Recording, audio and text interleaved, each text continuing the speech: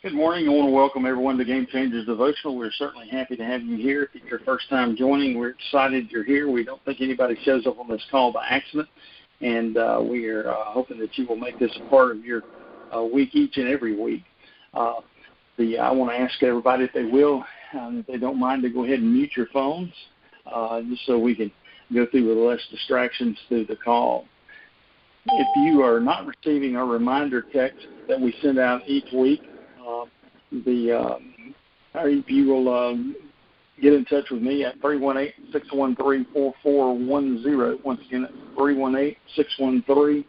318-613-4410. I can put you on that text reminder that goes out on Tuesday evenings, and make sure that you have something to remind you each week. Or I know some people set it up on their calendars. But once again, good morning, everyone. Glad you're here. And I'll be leading the devotional this morning, and I want to ask you this question. What will 2021 look like for you? Right now, I was coming home last night, and somebody had taken, in our neighborhood, an old toilet, painted it black, and put gold around it, and put down 2020's trophy, a little sign in front that said that. So people have just gotten really stressed and stretched out with 2020. But we have talked about before that even in the middle of all this, there's been a lot of good things. But what will 2021 look like for you? Are you going to be focused on the right things? Are you going to be striving to make it a point where that you're trying to be just better than your friends financially? In life, we start comparing ourselves to others based on our bank accounts, what we drive, the neighborhoods we live in, or if our job has a certain type of status.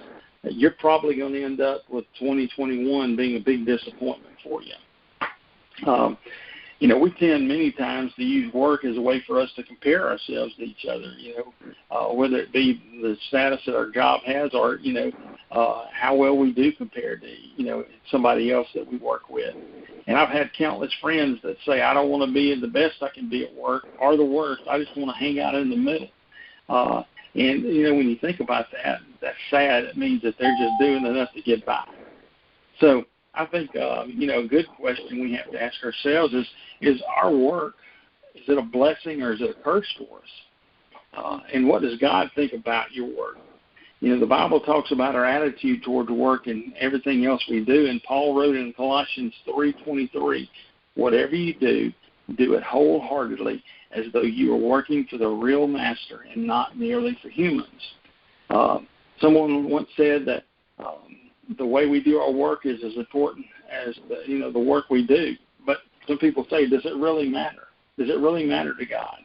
If we take the Bible seriously, it does, because when we look at what Colossians 3:23 says, it reminds us of that. As a Christian at work, I understand we get a paycheck for doing our job. But I want to suggest to you that our jobs are also a tool for us as Christians so that we can fulfill our calling to glorify God in all we do, which includes going to work Monday through Friday. Therefore, if someone's a Christian lawyer, they need to be out there practicing the law to the glory of God. If you're a teacher, you need to be teaching. You need to be teaching to the glory of God. If you're a student, I know we have some students that are on this call every once in a while. If you're a student, you should be, learning and studying to the glory of God. There's people on here that are at home right now. They're homemakers. If you're a homemaker at home, the labors you do at home, you need to do those to the glory of God. I found an interesting thing that I was unaware of, but as I was preparing for this Bible study, I realized after reading something that J.S. Bach, John Sebastian Bach, wrote music to the glory of God. And on every piece of music he composed, he wrote three small initials, SDG, which stood for Sole Deo Gloria, to the glory of God alone. He wrote his music to the glory of God. And that's the reason that he put those three initials on there, SDG.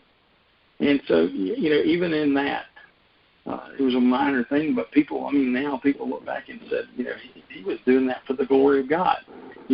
Are we putting anything on our work each and every day that says that we're doing it for the glory of God? We have to remember, as a follower of Christ, work is a part of our mission field. As a result of how we do our work is every bit as important as the work itself, and choosing to be as Christ-like as we can in our work is one of the primary ways we can live out discipleship. Think about it. You spend more time at work than just about any place else in life. And you have a lot of influence many times around the people that you work with. The world can tempt us not to follow Christ. I heard this story about a gentleman. His name was Dante. And there was an opening for a position of production manager where he worked. Many of the people thought that Dante didn't have a chance to get that job. And of the 3 final interviews, he was looked at as the weakest one. Each interview was held with the superintendent and the owner of the factory. The last question of the interview was, we have a huge contract that stretches us to the max. I need someone that is willing to alter the numbers so our production looks better than it really is. If you get this job, are you willing to do that? And if you do that, you're definitely in the running for this position. The first candidate, without hesitation, said, whatever you need me to do, I'll do it.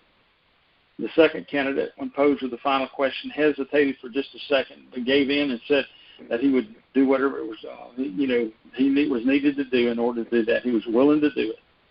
Then later in the day was Dante's interview.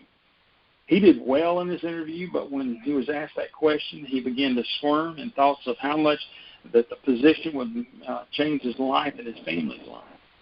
The superintendent and the business owner saw that he was wrestling with this, and so it was late in the day, and they told him that he needed to go home and think about it, what he wanted to do, and come back the next morning and let them know if he was willing to do this. So that night, Dante went home, and he talked to his wife, and he prayed about it. And before he left the next morning, his wife told him that he needed to do what he felt like God was calling him to do, and it would be okay, whatever he decided.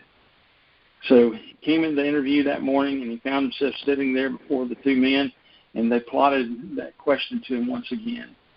He told them that the position could mean so much to his family, and he would do whatever he could to increase production. But as a Christian, he would not lie just to make the numbers look better. Those 2 men looked at each other in disbelief that he was sitting there before them, knowing that this position could be such a life-changing event for him and his family.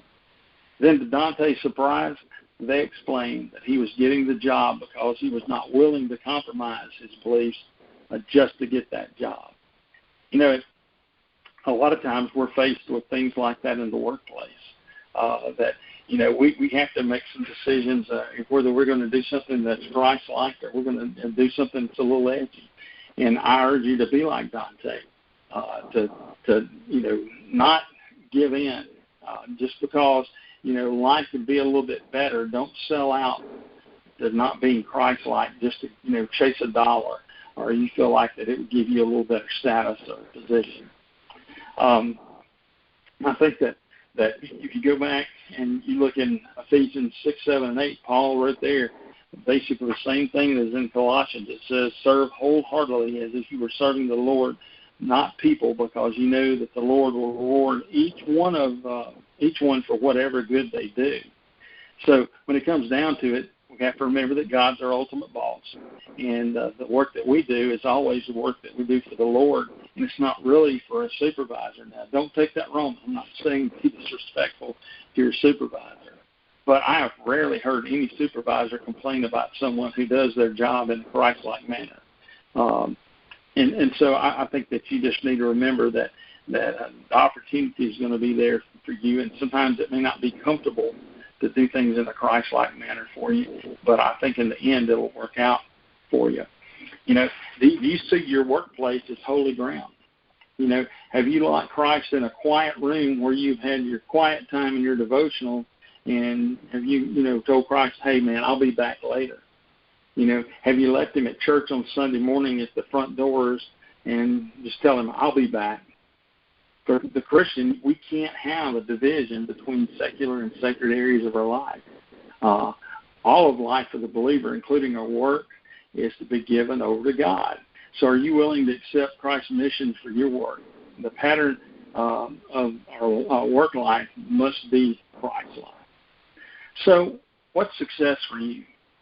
I can assure you that if you let the world define success for you, you will die trying to be successful in the world's eyes. Now today is December the 2nd, 2020. We are 30 days away from January the 1st of 2021. And we have a choice to make. And I challenge you, and I'm challenging myself, to reflect on, where I fall short day in and day out at work, just in the community. Where do I fall short? Where am I not representing Christ the way that I should?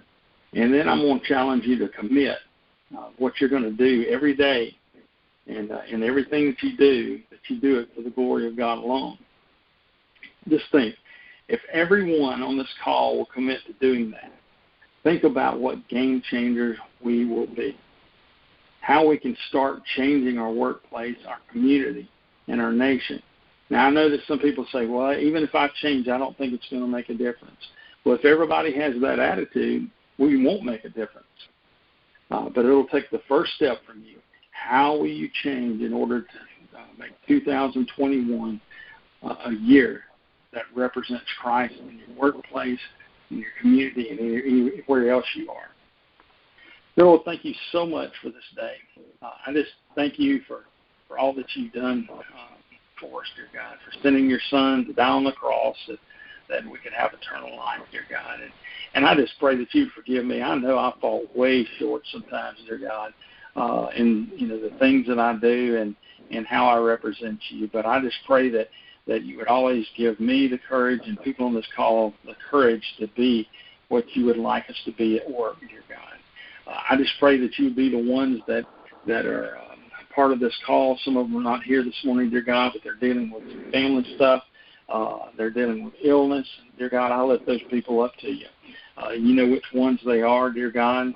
I know that there are people out there that this time of the year is a big struggle for them, dear God. I just pray that you give those peace about this time of the year. Dear God, I thank you for what this call means to me. Thank you for what each and every one of these people on the call mean to me. And I just pray that you would go with them through their week and help them to reflect inwardly and help me reflect inwardly on what we need to do to be better, dear God. I lift them up to you, and I pray that you would keep us all safe and that you would bring us all safely back next week. These things I ask in your name.